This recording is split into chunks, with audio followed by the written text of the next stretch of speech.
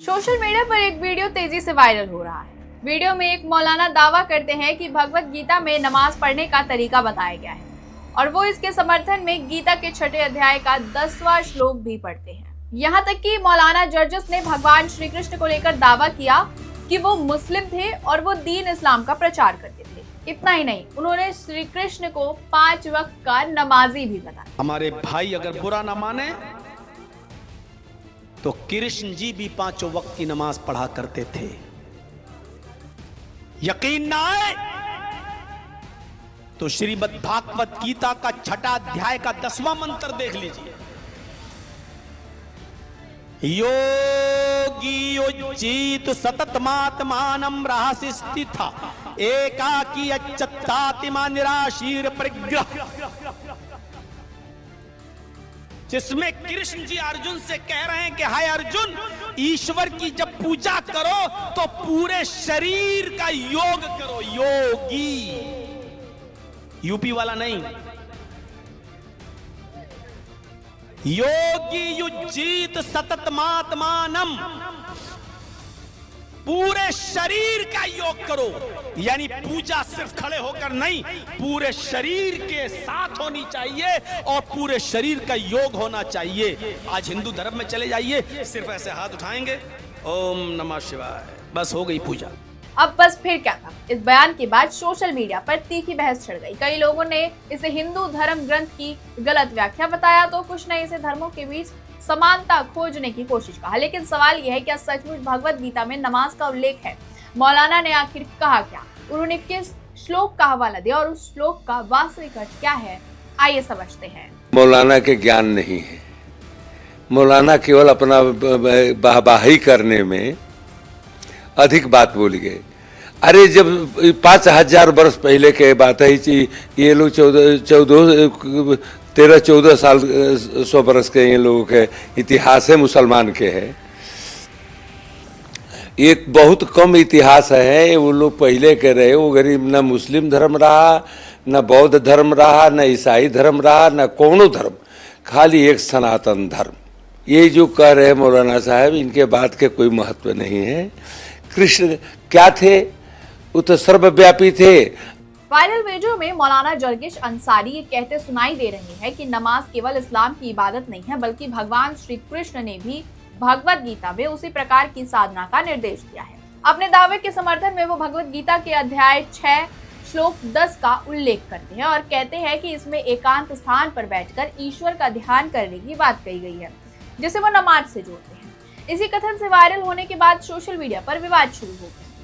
मौलाना के बयान के वायरल होते ही विरोध के स्वर भी तेज हो गए। संत समाज से लेकर राजनीति तक कई लोगों ने इसे श्री कृष्ण और भगवत गीता की गलत व्याख्या बताते हुए कड़ी प्रतिक्रिया दी है। सुनिए क्या कहा। मूर्खों की बात पर कोई भी टीका टिप्पणी नहीं करनी चाहिए। अब जैसे जैसे चुनाव आते जाएंगे, भारतीय जनता पार्टी के समर्थक, चाहे वो पोंगा पंडित हों और वो चाहे वो इस तरीके के मौलाना हो कट्टरपंथी, इस तरीके की बात करके माहौल को विषाक्त करने की कोशिश करेंगे।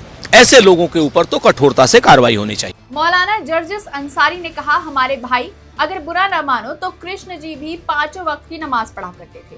यकीन न आए तो श्रीमद् भगवत गीता के 6 अध्याय का 10वां श्लोक देख लीजिए, जिसमें श्री कृष्ण जी कह रहे हैं कि हे अर्जुन, ईश्वर की पूजा करो, पूरे शरीर का योग करो। योगी उत्तर प्रदेश वाले नहीं, पूरे शरीर का योग करो। यानी पूजा सिर्फ खड़े होकर नहीं, बल्कि पूरे शरीर के साथ होनी चाहिए। मौलाना ने आगे कहा, आज हिंदू धर्म में चले जाइए, लोग सिर्फ ऐसे हाथ उठाएंगे, ओम नमः शिवाय, बस हो गई पूजा। ये हिंदू मुस्लिम का विषय नहीं है। अगर ये अपनी किताबें पढ़ ले, योगी जी भी बड़े भक्त नहीं है नाम की, और अगर अपनी किताब पढ़ ले तो यकीन मानिए इस्लाम से मोहब्बत करने लगेंगे, क्योंकि इस्लाम सिर्फ मुसलमानों का धर्म नहीं है, ये उनका भी धर्म है। उन्होंने दावा किया कि इसी दीन और इसी धर्म को रामचंद्र जी ने भी पेश किया है, कृष्ण जी ने भी पेश किया है, ये सिर्फ मुसलमानों का नहीं है। अब सवाल ये है कि मौलाना ने जिस श्लोक का हवाला दिया उसमें वास्तव में क्या लिखा हुआ है। तो भगवत गीता के अध्याय 6 के 10वें श्लोक में लिखा है, योगी युंजिता सततम आत्मानम रहस्य स्थितम एकाकी यत चित्तात्मा निराशीर अपरिग्रह। यानी कि अगर हम इसके एक एक शब्द को ध्यान से पढ़ें और सुने तो योगी यानी योग का अभ्यास करने वाला साधक, युजित लगाए, जोड़े, साधना करने वाले या ध्यान करने वाले, सततम निरंतर यानी कि हमेशा, आत्मानम अपने मन को, अपने अंतःकरण को यानी स्वयं को, रहसी एकांत स्थान में स्थित होकर निवास करते हुए, एकाकी अकेले में, यत्चित आत्मा जिसका मन और इंद्रियां संयमित हो, जैसे अपने चित्त को नियंत्रित कर रखा हो। 5 यत्चित आत्मा जिसका मन और इंद्रियां संयमित हो, जिसने अपने चित्त को नियंत्रित कर रखा हो। निराशी इच्छा रहित, फल की आशा से अपरिग्रह, संग्रह ना करने वाला, मोह और स्वामित्व की भावना से मुक्त। इसके पूरे अर्थ को देखें तो योगी को चाहिए कि वो एकांत स्थान में रहे, अकेले बैठकर मन और इंद्रियों को नियंत्रित करे, इच्छाओं और संग्रह की भावना से मुक्त होकर निरंतर आत्मचिंतन और परमात्मा के ध्यान में लगा रहे। अब यहीं से सबसे बड़ा सवाल पैदा होता है, क्या इस श्लोक में वास्तव में नमाज शब्द या इस्लामी इबादत का कोई भी उल्लेख है? तो इसका सीधा उत्तर है नहीं। इस श्लोक में योग, ध्यान, आत्मसंयम, एकांत और मन को नियंत्रित करने की बात कही गई है। इसमें ना तो नमाज शब्द है और ना ही इस्लामी उपासना पद्धति का कोई प्रत्यक्ष उल्लेख मिलता है। यह अध्याय मुख्य रूप से ध्यान योग पर आधारित है, जिसमें श्री कृष्ण अर्जुन को ध्यान की विधि समझा रहे हैं। फिर मौलाना के बयान पर विवाद क्यों हुआ? दरअसल कई हिंदू धार्मिक विद्वानों और सोशल मीडिया उपयोगकर्ताओं का कहना है कि किसी भी धर्म ग्रंथ की व्याख्या उसे अपने संदर्भ में की जानी चाहिए। उनके अनुसार गीता के ध्यान योग को सीधे नमाज कहना मूल अर्थ से अलग व्याख्या है। दूसरी ओर कुछ लोग ये तर्क देते हैं कि विभिन्न धर्मों में ईश्वर के प्रति समर्पण, ध्यान और प्रार्थना जैसी समान अवधारणाएं मिल सकती हैं। इसीलिए मौलाना ने समानता दिखाने का प्रयास किया होगा। हालांकि ये उनकी व्यक्तिगत व्याख्या है, ना कि गीता का सर्वमान्य अर्थ। ध्यान देने वाली बात यह भी है कि भगवत गीता में 6वां अध्याय पूरा का पूरा ध्यान, मन के नियंत्रण और योग साधना पर केंद्रित है। आगे के श्लोकों में आसन कैसे लगाया जाए, शरीर की स्थिति कैसी हो, दृष्टि कहाँ रखी जाए और मन को कैसे स्थिर किया जाए, इसका विस्तार से वर्णन मिलता है। ये पूरा प्रसंग योग और ध्यान की प्रतिक्रिया समझाने के लिए है। अब आप पूछेंगे कि क्या किसी धर्म ग्रंथ की अलग अलग व्याख्या संभव है? हाँ, लगभग पूरी प्रमुख धार्मिक ग्रंथ की अलग अलग परंपराओं और विद्वानों द्वारा विभिन्न प्रकार से व्याख्या की जाती रही है, लेकिन किसी भी व्याख्या को मूल ग्रंथ का आधिकारिक अर्थ तभी माना जाता है जब उसे संबंधित परंपरा और स्थापित भाष्यों का व्यापक समर्थन प्राप्त होता है।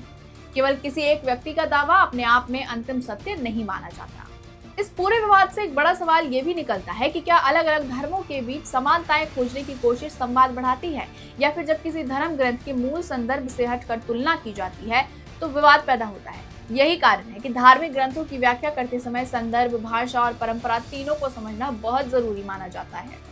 ऐसे में एक अहम सवाल ये भी है कि श्रीमद् भगवद गीता क्या सीख दे? तो श्रीमद् भगवद गीता हिंदू धर्म के सबसे खास ग्रंथों में से एक है। ये महाभारत में भीष्म पर्व अध्याय का एक हिस्सा है। इसमें कुल 18 अध्याय और 700 श्लोक हैं। जब महाभारत युद्ध शुरू होने वाला था और कुरुक्षेत्र के मैदान में अर्जुन ने अपने ही रिश्तेदारों, गुरुओं और मित्रों को सामने खड़ा देखा तो वो मोह, दुख और भ्रम में पड़ गए और युद्ध से इनकार कर दिया। तब अर्जुन के साथ ही भगवान श्री कृष्ण ने उन्हें जीवन, कर्तव्य, आत्मा, कर्म, भक्ति और मोक्ष का ज्ञान दिया। श्री कृष्ण और अर्जुन के बीच हुआ यही संवाद। श्रीमद् भागवत गीता का शाब्दिक अर्थ है भगवान का उपदेश। ये सिर्फ धार्मिक ग्रंथ नहीं माने जाते, बल्कि इसे जीवन जीने का आधार भी माना जाता है। आपको ये वीडियो कैसी लगी हमें कमेंट बॉक्स में जरूर बताइएगा। इसके साथ आप अपनी राय भी कमेंट बॉक्स में लिख सकते हैं। फिलहाल इस खबर में इतना ही। मिलेंगे अगली किसी बड़ी अपडेट के साथ। तब तक के लिए जुड़े रहिए हमारे साथ और देखते रहिए हेडलाइन ब्यूरो।